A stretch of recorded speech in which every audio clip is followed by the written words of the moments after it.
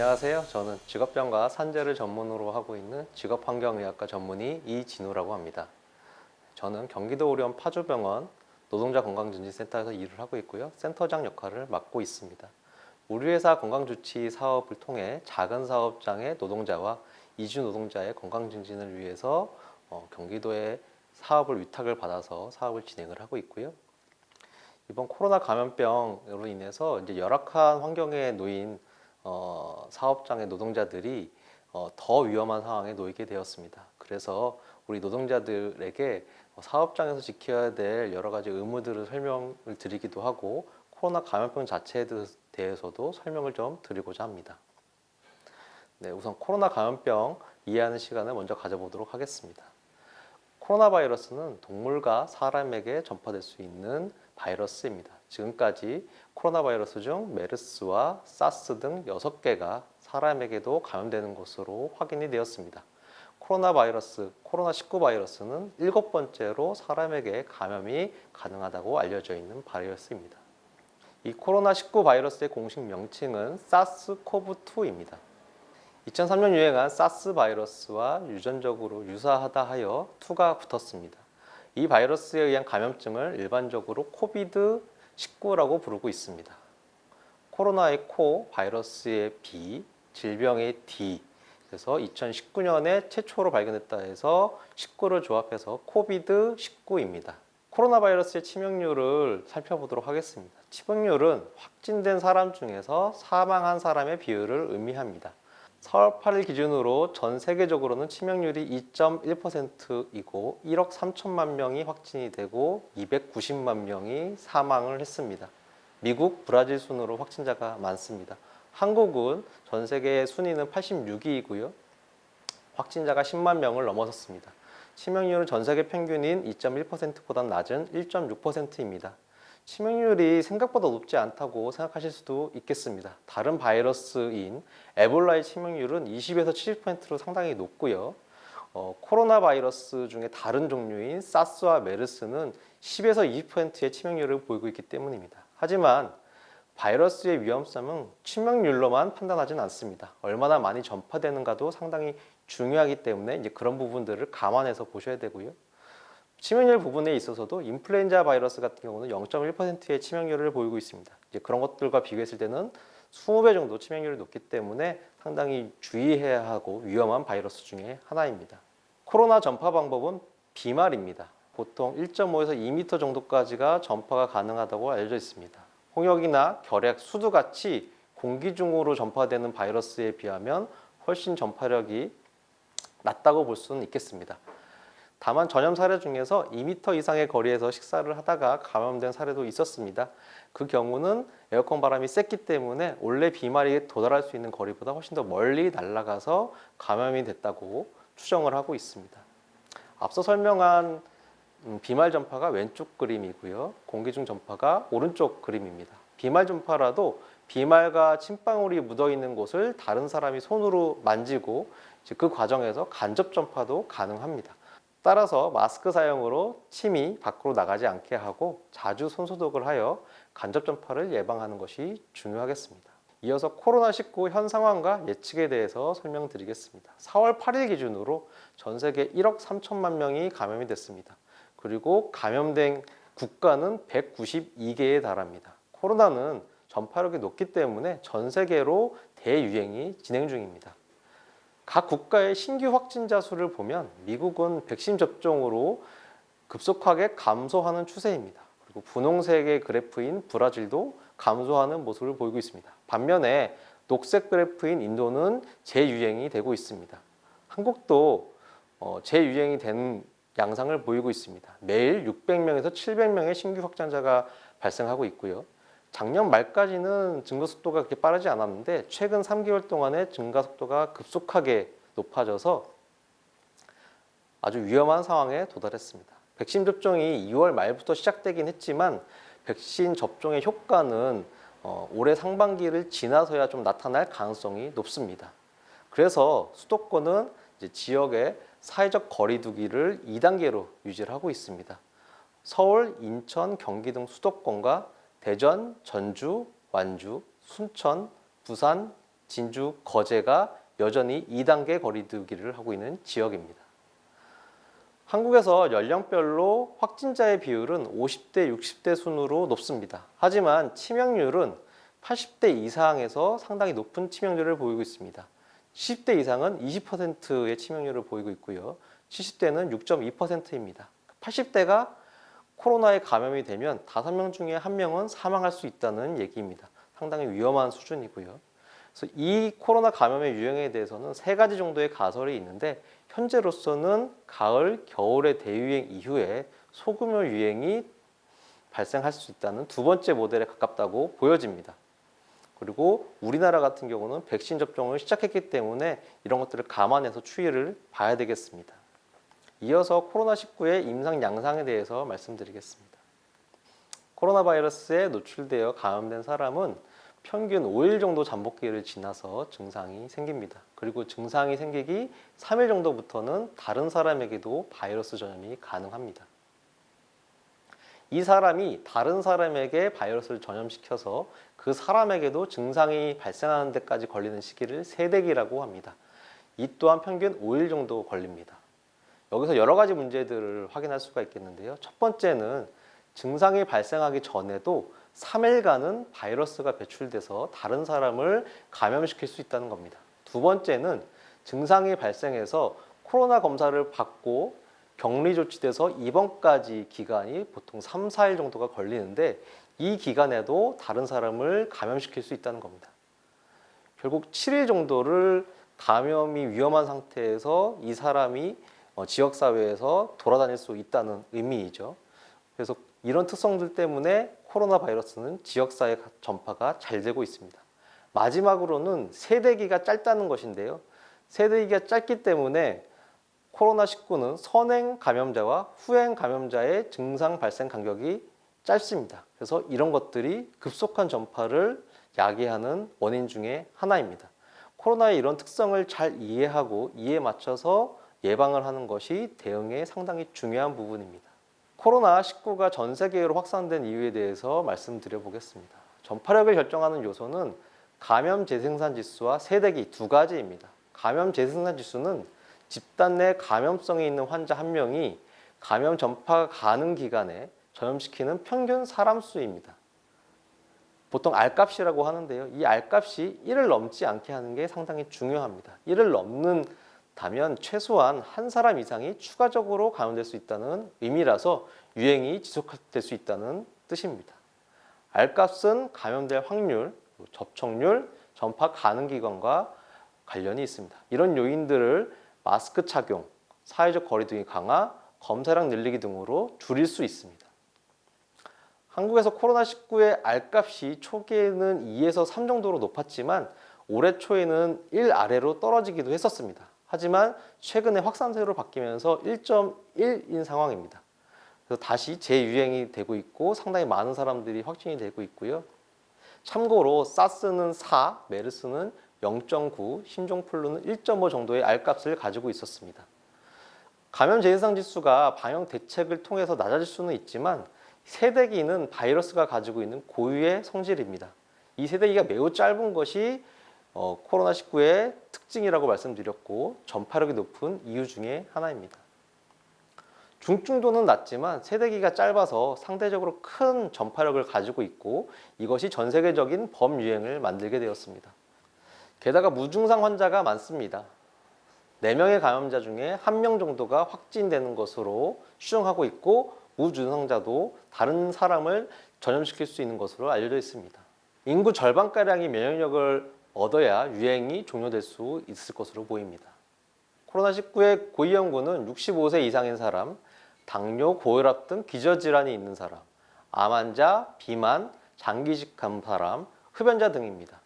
코로나 바이러스는 호흡기 질환을 주로 유발하기 때문에 관련된 질병을 가지고 있는 사람들이 더욱 취약하겠습니다. 코로나 바이러스가 폐렴을 유발하고 더욱 심각한 호흡곤란 증후군까지 유발해서 위험해질 수 있습니다. 대부분의 사람은 가벼운 감기 증세로 지나가고 간혹 폐렴까지 진행하기도 하는데 고위험군들은 아까 말씀드린 증후군까지 진행될 가능성이 높기 때문에 특별한 주의가 필요합니다. 감염 재생산 지수를 1 아래로 낮추는 사회적 거리두기 실천이 매우 중요하고요. 이것들을 잘 따라서 감염 재생산 지수를 낮추는 노력들을 다 같이 해주셨으면 좋겠습니다. 지금까지 코로나19 전반에 대해서 살펴보았지만 좀 더 궁금한 점들이 있을 것 같아서 Q&A 방식으로 설명을 드리겠습니다. 첫 번째, 치명률이 낮으니까 약간 심한 감기 정도라고 생각하는 분들도 계실 것 같습니다. 코로나 한국 치명률은 1.6%이지만 80대 이상의 치명률은 20%를 넘고 있습니다. 인플루엔자 바이러스의 치명률이 0.1%인 걸 감안하면 상당히 위험한 바이러스입니다. 코로나19 검사에 비용이 많이 발생한다고 아시는 분도 계실 겁니다. 시기에 따라서 상황에 따라서 검사 비용이 발생하기도 했지만 2021년 4월 7일부터는 모든 보건소에서 사회적 거리두기 단계와 상관없이 누구라도 코로나19 검사를 무료로 받을 수가 있게 되었습니다. 등록이든 미등록이든 이주민도 모두 무료로 가능합니다. 보건소나 자세한 문의는 1345 법무부 전화나 1577-0071 노동부 전화로 확인하실 수가 있겠고요. 9시부터 6시까지는 통역 서비스도 제공받을 수 있겠습니다. 하지만 병원 입원이나 해외 출국 같은 경우는 증명서를 따로 발급을 받아야 됩니다. 이 경우는 기관마다 좀 다르긴 하지만 10만 원 내외의 비용이 발생할 수 있겠습니다. 치료제가 있으니 백신 맞을 필요가 없다고 생각하시는 분도 계실 것 같습니다. 또한 백신에 대한 부작용이 여과 없이 언론에 노출이 되면서 백신에 대한 막연한 불안감도 많이들 가지고 계실 겁니다. 치료제부터 말씀을 드리자면 대표적인 치료제는 렘데시비르입니다. 이 치료제는 치료 기간을 15일에서 10일 정도로 단축해주는 역할들을 하고 있습니다. 하지만 중환자의 경우는 이 치료제로 인해서 사망률이 낮아지지 않는다고 알려져 있습니다. 그래서 치료제 자체가 그렇게 효과적이라고 볼 수가 없는 셈이죠. 반면에 백신 같은 경우는 항체 형성률이 상당히 높은 것으로 알려져 있고요. 다만 우려하시는 부작용 같은 경우는 모든 백신이 가지고 있는 지점입니다. 그런 부작용에도 불구하고 이득이 더 많고 부작용이 심각한 것이 아니라면 백신을 접종하는 것이 의학적으로 많습니다. 대부분의 전문가들은 코로나 백신 접종으로 인한 이득이 훨씬 크기 때문에 반드시 접종을 해야 된다고 공고를 하고 있습니다. 그 다음으로 치료 비용에 대한 것인데요. 전액 무료이고요. 치료를 받게 되거나 자가격리 시에는 여러 가지 정책으로 휴가도 가능합니다. 다만 이 경우에 사업주가 정부에 신청을 해서 지원금을 받게 되어 있고요. 직장을 다니지 않으면서 자가격리를 하시는 경우에는 생활지원금도 정부에서 지원을 하고 있습니다. 생활치료센터에 많이들 가셔서 치료를 받게 되시는데요. 이 생활치료센터는 사진에서 보시는 것 같이 2인 1실이나 2인 1실 그리고 화장실을 겸비하고 있습니다. 시설 같은 경우는 연수원이나 여러 시설들을 이용하고 있기 때문에 지역마다 차이는 있겠지만 기본적으로 생활하시는데 큰 무리가 되거나 어려움은 없으실 것으로 보입니다. 그래서 안심하시고 생활치료센터에 입소하셔서 치료를 받으실 수 있다고 생각하시면 되겠습니다. 백신에 대해서도 설명드리겠습니다. 2월부터 순차적으로 전 국민 무료 접종을 진행하고 있고요. 백신 접종 대상은 건강보험 미가입자도 포함을 하고 있습니다. 질환이 없는 19세에서 64세 일반인은 7월 이후부터 사전 예약을 통해서 가능하고 시기별 대상자 안내가 있으면 예약해서 접종하시면 되겠습니다.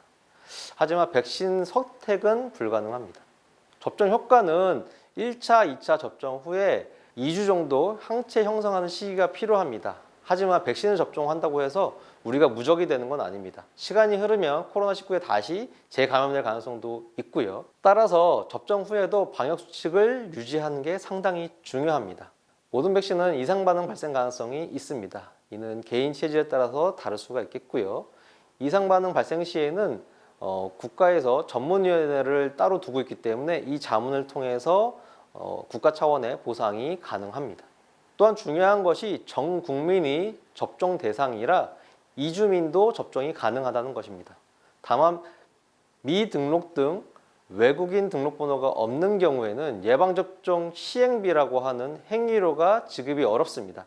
그래서 이 경우는 일반 병원이 아니고 보건소에 방문하시면 이 비용들이 처리가 될 수 있겠습니다. 다만 여행으로 90일 미만으로 단기 체류하시는 외국인들은 접종 대상에서 제외가 됩니다. 사업장 코로나19 집단 감염 사례를 살펴보겠습니다. 한 요양병원에서는 작년 2월 직원 중 첫 확진자가 발생을 했습니다. 3일 후에는 환자 말고 간병인도 확진이 됐고요. 그래서 그날 병원 전체가 폐쇄 명령이 내려졌습니다. 접촉하지 않은 환자 22명은 지방의료원으로 전원을 했고, 접촉한 직원과 간병인은 시설 격리가 됐습니다. 접촉한 환자도 별도로 격리를 해서 돌봐줬고요.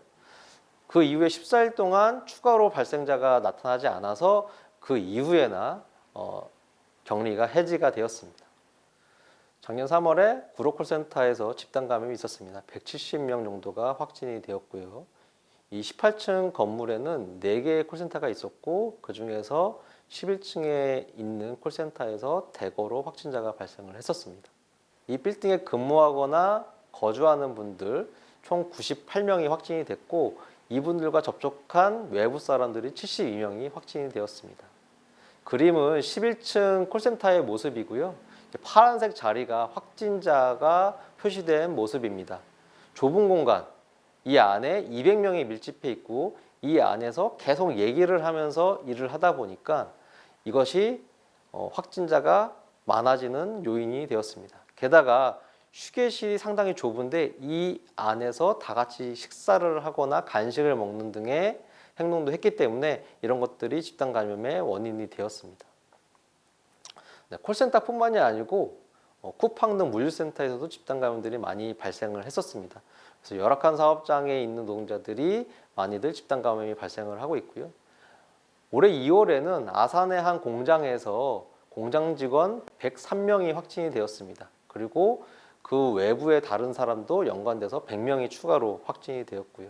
이 공장에는 640명이 넘는 사람들이 일을 하고 있는데, 여러 개의 건물 중에 한 건물에 집중돼서 확진자가 많이 발생을 했었습니다.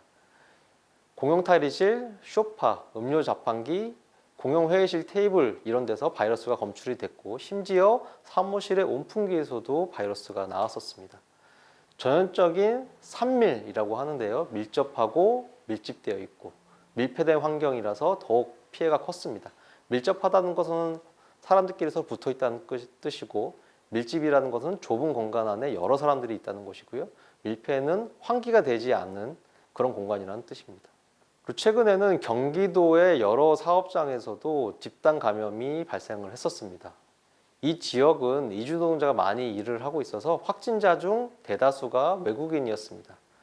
하지만 감염은 공장이 운영되는 시스템과 감염에 얼마나 취약한가가 중요하지 외국인이 문제는 아닙니다. 방역당국이나 지자체도 이 점을 알면서도 이주 노동자에 대한 전수조사를 진행을 했었습니다. 사실 이주 노동자의 열악한 기숙사와 주거시설이 핵심 문제입니다.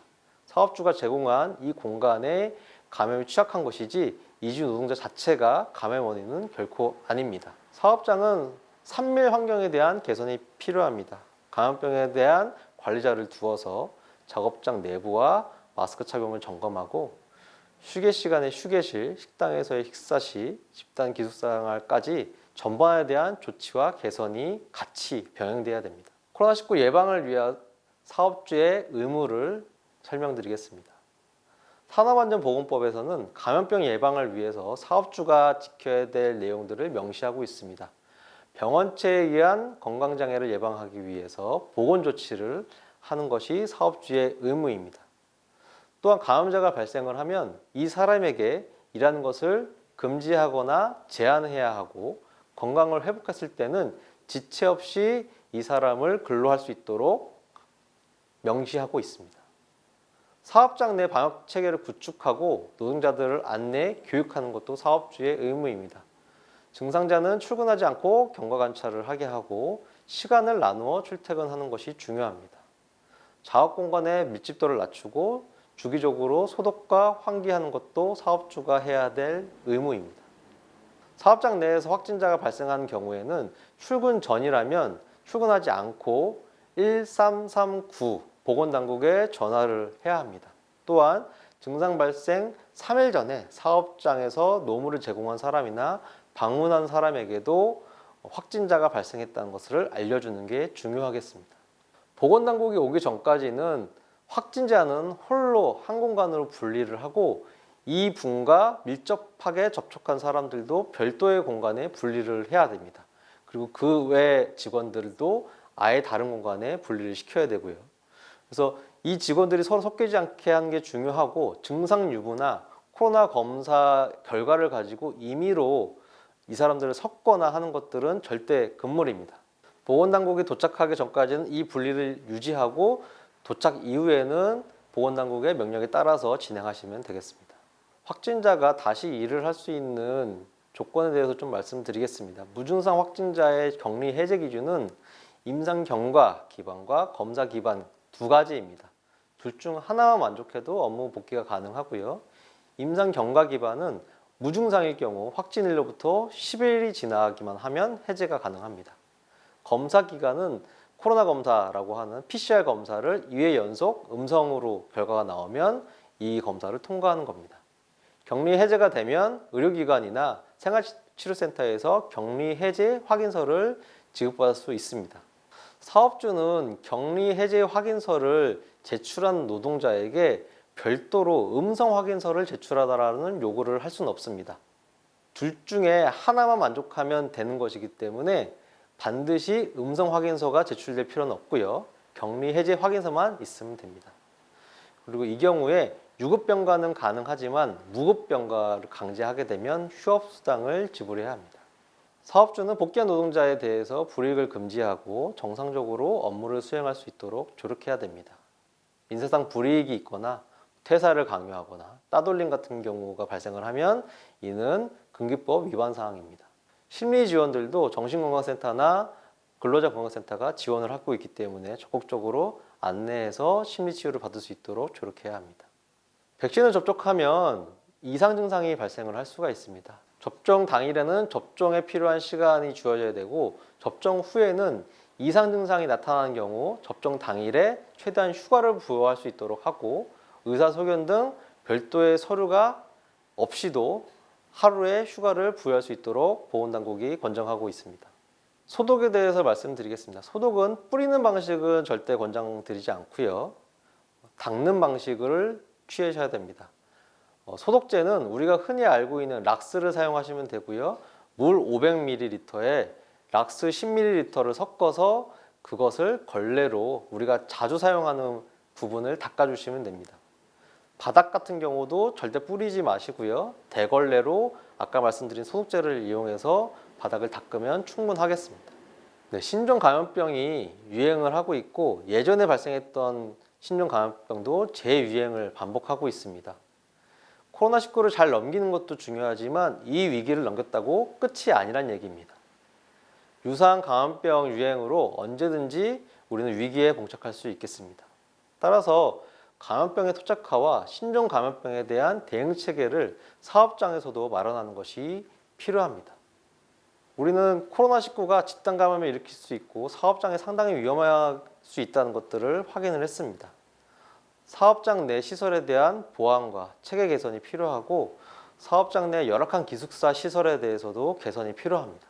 감염병에 대한 집단 감염 예방 체계를 사업장도 갖춰 나가는 노력이 필요합니다. 들어줘서 감사합니다.